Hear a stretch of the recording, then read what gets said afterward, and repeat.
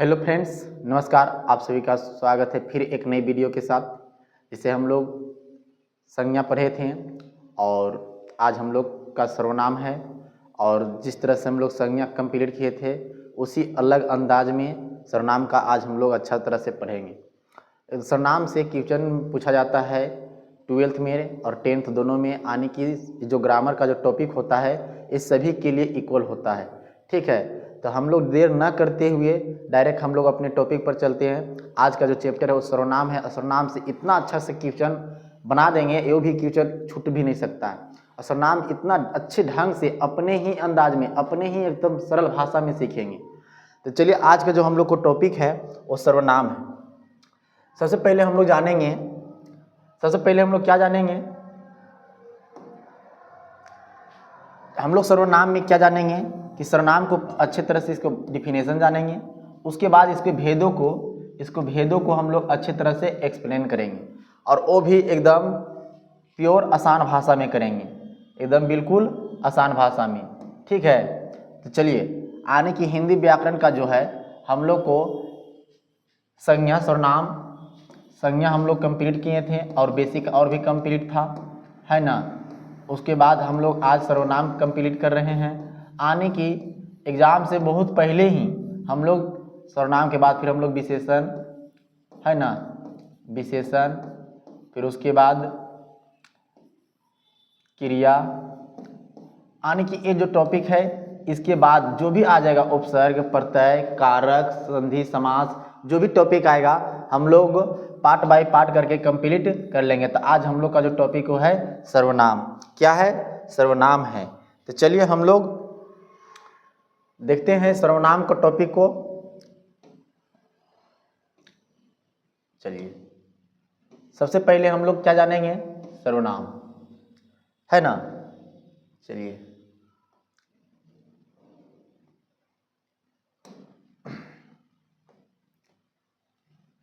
देखिए, चलिए, सर्वनाम, आने की सर्वनाम किसे कहते हैं? सबसे पहले सर्वनाम का मतलब क्या होता है पता है सभी लोग का? सर्वनाम का मतलब क्या होता है? बहुत सारे बच्चे बचपन से ही पढ़ते आ रहे हैं, व्याकरण का हर एक पार्ट बचपन से पढ़ते आ रहे हैं, लेकिन जिस तरह से पहले पढ़ के आए हैं क्या उस तरह से एग्जाम बोर्ड में नहीं पूछा जाता। एग्जाम बोर्ड में सिर्फ आपको अच्छे तरह से व्याकरण के बारे में, यानी जो भी मान चलिए कि हम लोग सर्वनाम पढ़ रहे हैं इसके बारे में अच्छे से हम लोग को जानकारी होना चाहिए, क्योंकि यहाँ से सिर्फ ऑब्जेक्टिव टाइप ही क्वेश्चन पूछा जा सकता है, सब्जेक्टिव टाइप क्वेश्चन नहीं पूछा जाता है। तो हम लोग सबसे पहले जानेंगे कि सर्वनाम मतलब क्या होता है? सर्व है और प्लस में नाम है। अच्छा, इधर नहीं दिखाई दे रहा है ना, कोई दिक्कत नहीं, हम इधर कर लेते हैं। सर्व और एक है नाम, यानी नाम के बदले में सर्व मतलब होता है बदले में, और नाम के बदले में कोई भी शब्द आता है ना उसे हम लोग क्या कहते हैं? सर्वनाम कहते हैं। नाम के बदले में, जैसे मान चलिए कि एक राम है, क्या है? राम है ना। सर्वनाम आखिर क्यों सर्वनाम टॉपिक क्यों बनाया गया? तो सर्वनाम बनाने का देखिए, जैसे राम है और राम अपने आप में क्या बोलेगा? अपने आप में ये बोलेगा क्या? मैं। अपने आप में राम क्या बोलेगा? मैं बोलेगा। अपने आप में राम क्या बोल सकता है? बोल सकता है हम, है ना। तो सुनो कि देखिए, तो इसका नाम क्या था? राम। जब तक इसका नाम था तब तक ये क्या था? संज्ञा था। जब तक इसका नाम था तब तक ये क्या था? संज्ञा था। लेकिन अपने आप में बोला है क्या? मैं। देखो, मैं इसका नाम है क्या? मैं इसका नाम नहीं ना है। मैं इसके बदले में आया, राम के बदले में अपने आप में बोला क्या? मैं। तो ये मैं हो गया क्या? सर्वनाम। क्या हो गया? सर्वनाम हो गया। ये वह हम भी क्या हो गया? सर्वनाम हो गया। आने सर्वनाम शब्द इस तरह से बना है। अब हम लोग थोड़ा सा देखते हैं। चलिए,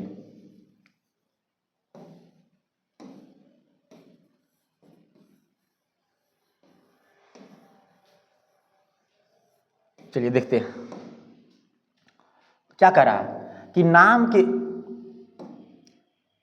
नाम के बदले जिस शब्द का प्रयोग किया जाए उसे क्या कहते हैं? सर्वनाम कहते हैं। नाम के बदले जिस शब्द का प्रयोग किया जाता है उसे क्या कहते हैं? सर्वनाम कहते हैं। जैसे में मैं अभी जस्ट बताए थे, आप, तुम, हम लोग, ये सब के सब क्या है? सर्वनाम है। एक परिभाषा और है कि वह शब्द जो संज्ञा के बदले में आए उसे क्या कहते हैं? सर्वनाम कहते हैं। एक तो है कि नाम के बदले में जिस शब्द का प्रयोग किया जाता है उसे सर्वनाम कहते हैं। एक शब्द है कि वह शब्द जो संज्ञा के बदले में आता है उसे क्या कहते हैं? सर्वनाम कहते हैं। जैसे हम बोले थे राम, हम लिए थे ना, अभी की नहीं की, तो राम में क्या है? संज्ञा है और इसके बदले में प्रयोग किया गया था। क्या प्रयोग किया था? मैं, यानी मैं क्या हो गया था? सर्वनाम हो गया था। जैसे में वही है, मैं, तुम, हम, वह, आप, उसका, उसकी इत्यादि। जैसे हम लोग देखेंगे, मान के चलिए कि यहाँ पे हम लोग अच्छे से पढ़ते हैं, यानी कि मोहन 11वीं कक्षा में पढ़ता है। एक लाइन, मोहन स्कूल जा रहा है। 2, मोहन के पिताजी पुलिस है। मोहन की माताजी डॉक्टर है। मोहन की बहन खाना बना रही है। यहाँ पे हम लोग को बोलने में अच्छा नहीं लगा। क्यों ना अच्छा नहीं लगा? क्योंकि बार बार जो मोहन जो है, बार बार ये जो मोहन आया है, इससे क्या पता चला? रिपीट हो रहा है। इसी के बदले में सर्वनाम शब्द का प्रयोग किया जाता है। बार बार रिपीट नहीं हो, यहाँ पे मोहन मोहन मोहन मोहन मोहन बार बार क्या हो रहा है? रिपीट हो रहा है। रिपीट हो रहा है ना, तो अच्छा लगता है बोलने में। इसके जगह पर यह, वह, ये सब का प्रयोग अगर करता तो अच्छा लगता बोलने में। लेकिन बार बार मोहन शब्द लगा करके प्रयोग किया है तो अच्छा नहीं लगता है। इसलिए सर्वनाम का जो प्रयोग होता है, शब्द को अच्छे से बार बार नाम को रिपीट न करने के लिए सर्वनाम कहता है कि बार बार नाम को रिपीट नहीं करें।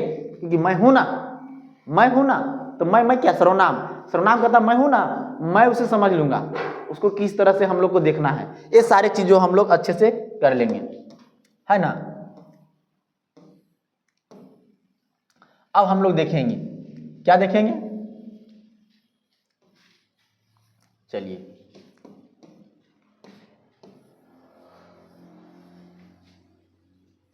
अब क्या है? चलिए, अब हम लोग जानेंगे कि सर्वनाम के कितने भेद हैं? 6 भेद। एग्जाम में पूछेगा सर्वनाम के कितने भेद हैं? 6 भेद। ठीक है। एक चीज रखें कि हिंदी में कुल सर्वनाम की संख्या कितने होते हैं? 11। हिंदी में कुल सर्वनाम की संख्या कितने होते हैं?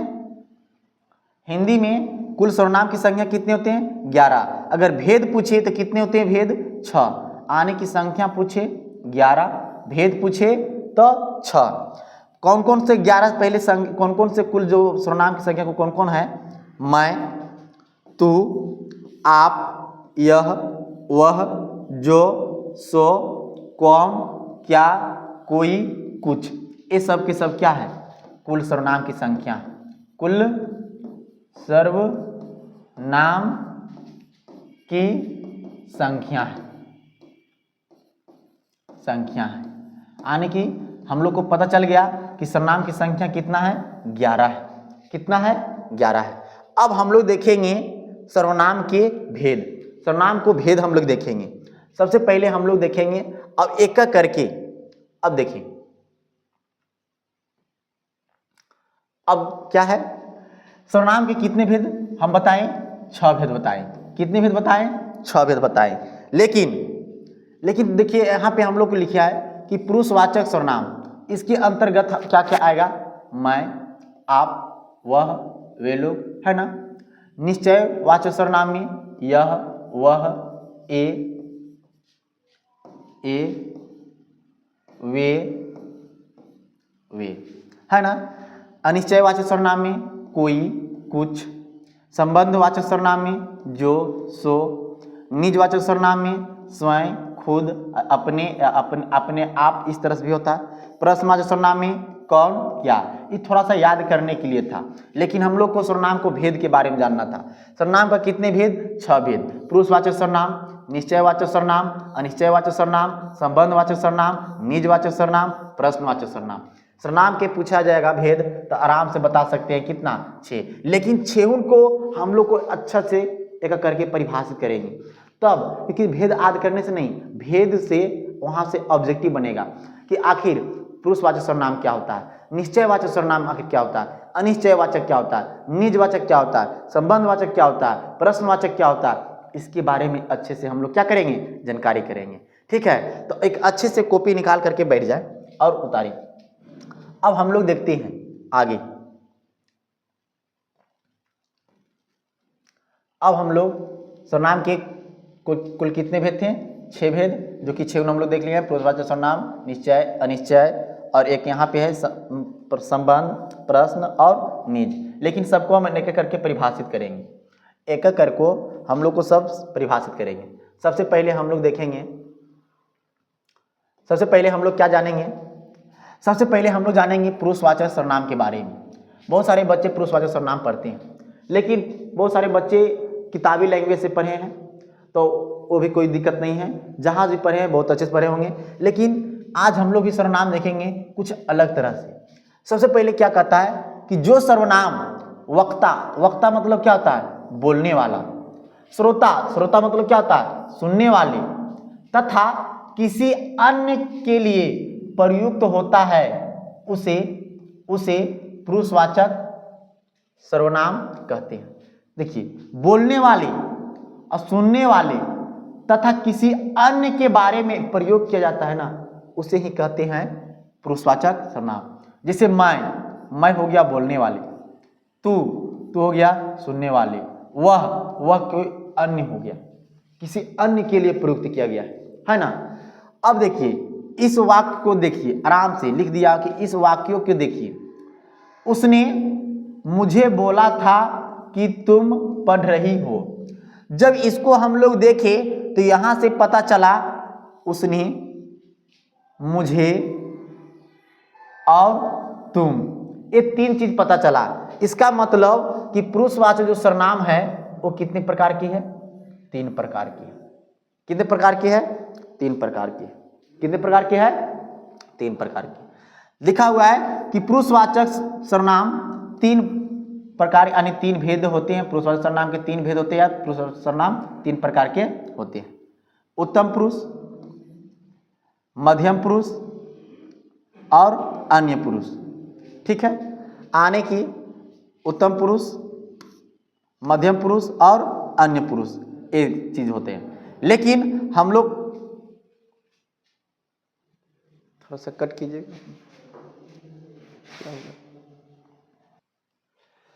तो पुरुषवाचक सर्वनाम कितने प्रकार के होते हैं, पुरुषवाचक सर्वनाम होते हैं वो 3 प्रकार के होते हैं, उत्तम पुरुष, मध्यम पुरुष और अन्य पुरुष। लेकिन हम सब पुरुष के बारे में एक करके चर्चा करेंगे। चलिए हम लोग देखते हैं नेक्स्ट। सबसे पहले हम लोग जानेंगे क्या, सबसे पहले जानेंगे कि उत्तम पुरुष क्या होता है। तो वक्ता जिन शब्दों का प्रयोग अपने स्वयं के लिए करता है उन्हें उत्तम पुरुष कहता है। या तो हम लोग बोल सकते हैं बोलने वाले को क्या, कौन सा पुरुष कहते हैं, उत्तम पुरुष कहते हैं। बोलने वाले को उत्तम पुरुष कहते हैं, सुनने वाले को मध्यम पुरुष कहते हैं, किसी और के बारे में अगर चर्चा किया जाए उसे अन्य पुरुष कहते हैं, अन्य पुरुष कहते हैं। लेकिन हम लोग को एक परिभाषा की तरह से वक्ता मतलब बोलने वाले जिन शब्दों का प्रयोग अपने स्वयं के लिए करता है उन्हें हम लोग क्या कहते हैं, उत्तम पुरुष।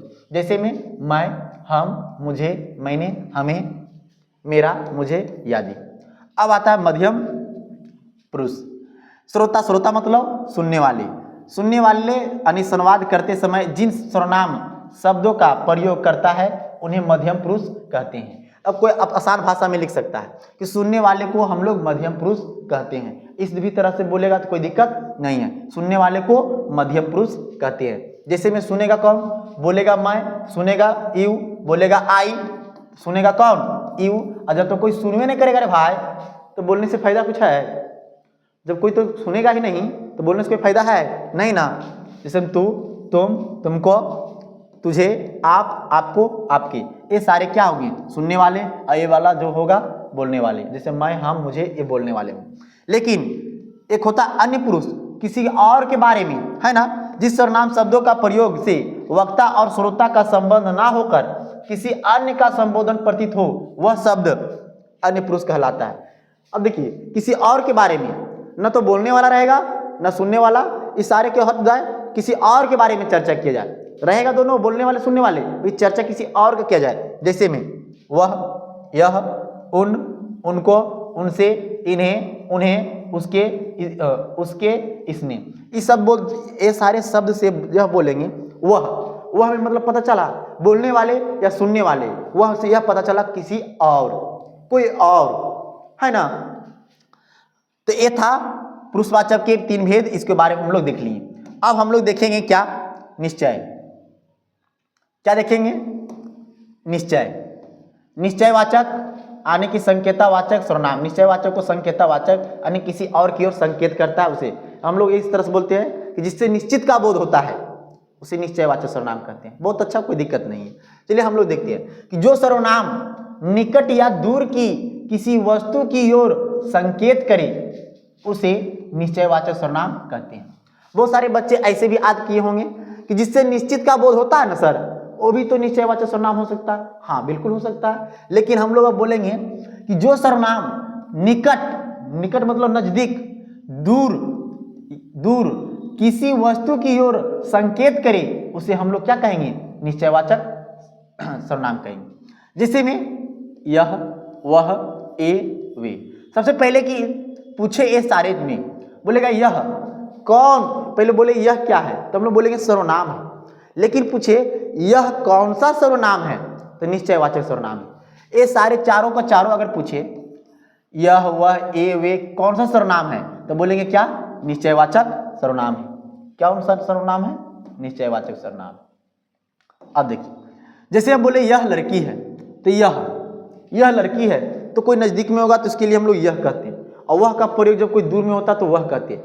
नजदीक में है तो हम बोलेंगे जैसे में यह टेबल है, और दूर में रहेगा तो वह में समझ में आ रहा ना। भीड़ वाले नजदीक वाले को हम लोग क्या कहेंगे, यह, और दूर वाले को क्या कहेंगे, क्या बोलेंगे, वह। लेकिन यह और वह समझो, यहाँ पे यह से ए और वह से वे, यह और वह, यह जो होता है यह होता है नजदीक के लिए, नजदीक के लिए, और वह होता है दूर के लिए। ये दोनों होता है किसके लिए, दूर के लिए। लेकिन याद रखिए यह जो होता है सिंगुलर और वह होता है सिंगुलर। ये होता है क्या, प्लूरल यानी बहुवचन के लिए, और वे भी होता है प्लूरल यानी कि बहुवचन के लिए, यानी कि दोनों को ध्यान में रखना है। जैसे में वह पुस्तक है, ये हिरन है, वे बाहर गए हैं, यह मेरी किताब है, वह माधव की गाय है, या वह राम का भाई है। यानी कि हम लोग को यह पता चला, हम लोग नोट के माध्यम जानेंगे कि यह वह जो है क्या है, सर्वनाम है। ये चारों को चारों क्या है, सर्वनाम है। लेकिन कौन सा सर्वनाम है, तो निश्चयवाचक सर्वनाम है। कौन सा सर्वनाम है, निश्चयवाचक सर्वनाम है।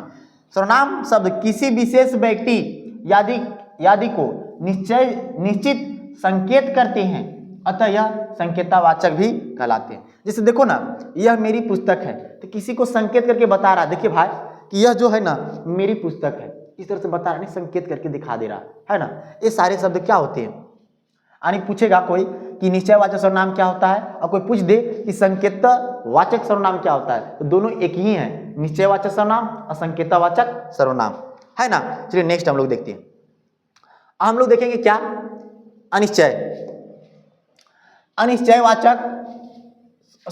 पहले हम लोग देखेंगे अनिश्चयवाचक और पुरुषवाचक के सर्वनाम में क्या देखेंगे, थोड़ा सा अंतर और समानता। सबसे पहले राम मेरा मित्र है, वह दिल्ली में रहता है, पुरुषवाचक यानी अन्य पुरुष के लिए बात होता है। कहिए कैसे। और एक है राम मेरा मित्र है, वह दिल्ली में रहता है, तो वह दिल्ली में रहता है, तो इसमें पुरुषवाचक का बोध करवा दिया गया है, यानी अन्य पुरुष के बारे में चर्चा हुआ। वह अन्य पुरुष, कौन पुरुष, अन्य पुरुष। लेकिन यह मेरी गाड़ी है, वह राम की गाड़ी है, इससे क्या पता चला, यह जो यहाँ पे यह मेरी गाड़ी है और वह राम की गाड़ी है, तो यहाँ पे भी वह है, यहाँ पे भी वह है, लेकिन यहाँ पे वह जो है अन्य पुरुष के लिए किया गया है, और यहाँ पे यह है जो कि संकेत किया गया है, यानी निश्चयवाचक सर्वनाम हो गया।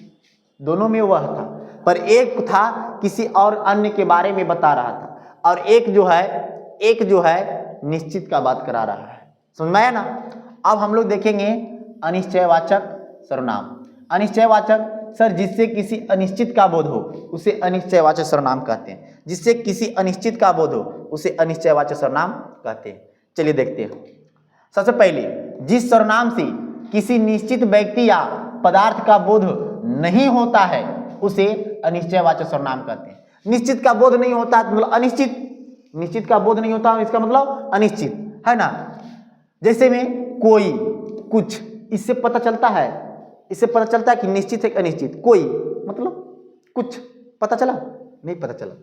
जैसे में बाहर कोई है, अगर पता रहता तो हम बोलते कि कोई फलन है, या राम होगा या सोहन होगा या मोहन होगा। पता रहता तो फिर क्या हो जाता? निश्चित। लेकिन पता नहीं, बाहर कोई है, पता नहीं चला। मुझे कुछ नहीं मिला, मुझे कुछ नहीं मिला, कुछ नहीं मिला मतलब पता नहीं चला। कोई आ रहा है, कोई आ रहा है, इसका मतलब पता चला कोई आ रहा है। अगर पता ही चल जाता तो बोलते कि राम आ रहा है या लता आ रही है या सीता आ रही है, पता चल जाता तो फिर हो जाता निश्चित। पर पता ही नहीं चला, अनिश्चित हो गया, है ना। दरवाजे पर कोई खड़ा है, और कोई खड़ा है तो पता चलेगा तब तो नाम बोल देता कि भाई दरवाजे पर लता, गीता, सीता कोई ना कोई तो खड़ा या खड़ी है। स्वाद में कुछ कमी है, ये सारे के सारे शब्द क्या हो गए? अनिश्चयवाचक सर्वनाम हो गए। और एक और आता है क्या, चौथा जो है संबंधवाचक सर्वनाम। संबंधवाचक सर्वनाम पता चला, संबंध मतलब तो पता ही चल गया कि संबंध में संबंध आने की रिलेशनशिप, संबंध। और देखिए कितना अच्छा बात है, संबंधवाचक। जो सर्वनाम किसी दूसरी संज्ञा या सर्वनाम से संबंध दिखाने के लिए प्रयुक्त हो उसे संबंधवाचक सर्वनाम कहते हैं।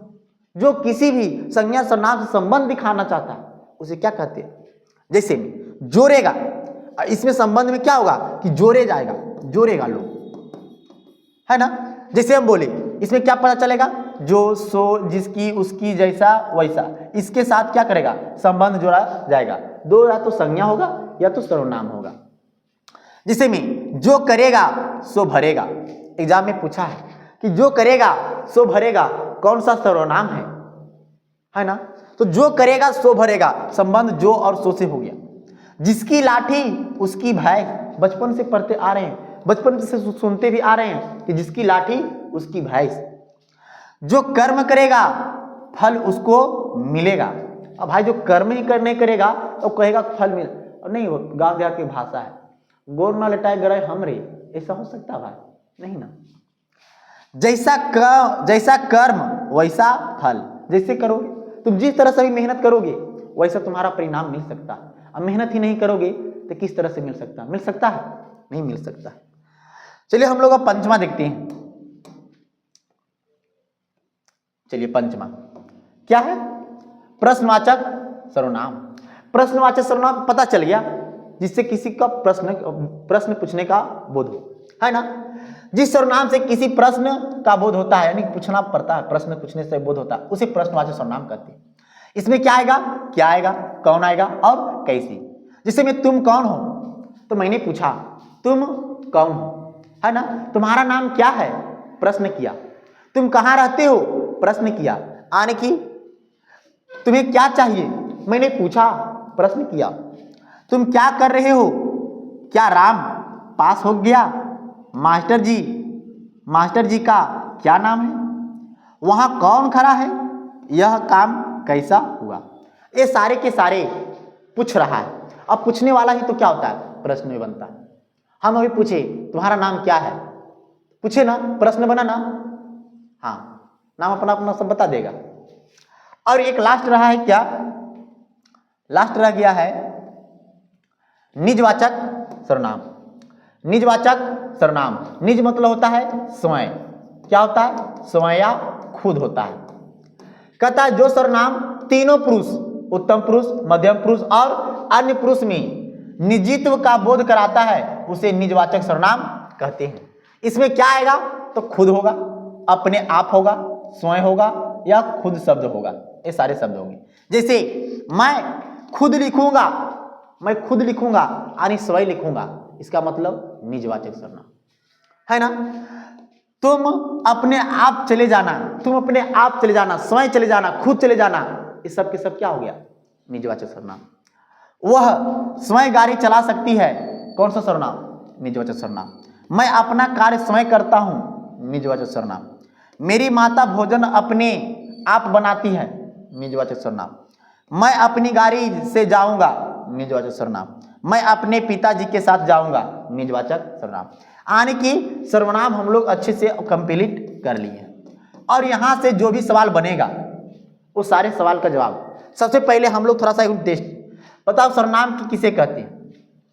नाम के बदले में आने वाले शब्द को क्या कहते हैं? सर्वनाम कहते बोलते। सर्वनाम के कुल कितने भेद हैं? 6 भेद। सर्वनाम की कुल संख्या कितने हैं? 11 है ना? सर्वनाम के भेद कौन कौन से भेद है? फटाफट बोले। पुरुषवाचक सर्वनाम, निश्चयवाचक सर्वनाम, अनिश्चयवाचक सर्वनाम, निजवाचक सर्वनाम, संबंधवाचक सर्वनाम, प्रश्नवाचक सर्वनाम, है ना? अगर यहां से परिभाषा पूछे, अगर पूछे यह मेरा घर है, कौन सा सर्वनाम होगा? यह मेरा घर है, कौन सा सर्वनाम होगा? निश्चयवाचक, है ना? बहुत अच्छा। कोई बाहर खड़ा है, कौन सा सर्वनाम होगा? कोई बाहर खड़ा है, कौन सा सर्वनाम होगा? अनिश्चयवाचक। आने की इस तरह से एग्जाम में पूछे जाएगा तो आप बता सकते हैं। तो सर्वनाम कंप्लीट आज हो गया है और हम लोग नेक्स्ट वीडियो में देखेंगे विशेषण के बारे में, और वो भी अच्छे तरह से हम लोग कंप्लीट कर देंगे। अगर आप लोग को ये वीडियो अच्छा लगा हो तो एक लाइक तो बनता है, एक लाइक करें और अपने दोस्तों के पास शेयर करें, ताकि ज़्यादा से ज़्यादा बच्चे देख सके और मुझे भी अच्छे से मोटिवेट मिलता है जब लाइक बच्चे लोग करते हैं। तो चलिए हम लोग फिर नेक्स्ट वीडियो में मिलेंगे, तब तक के लिए thank you so much, bye bye.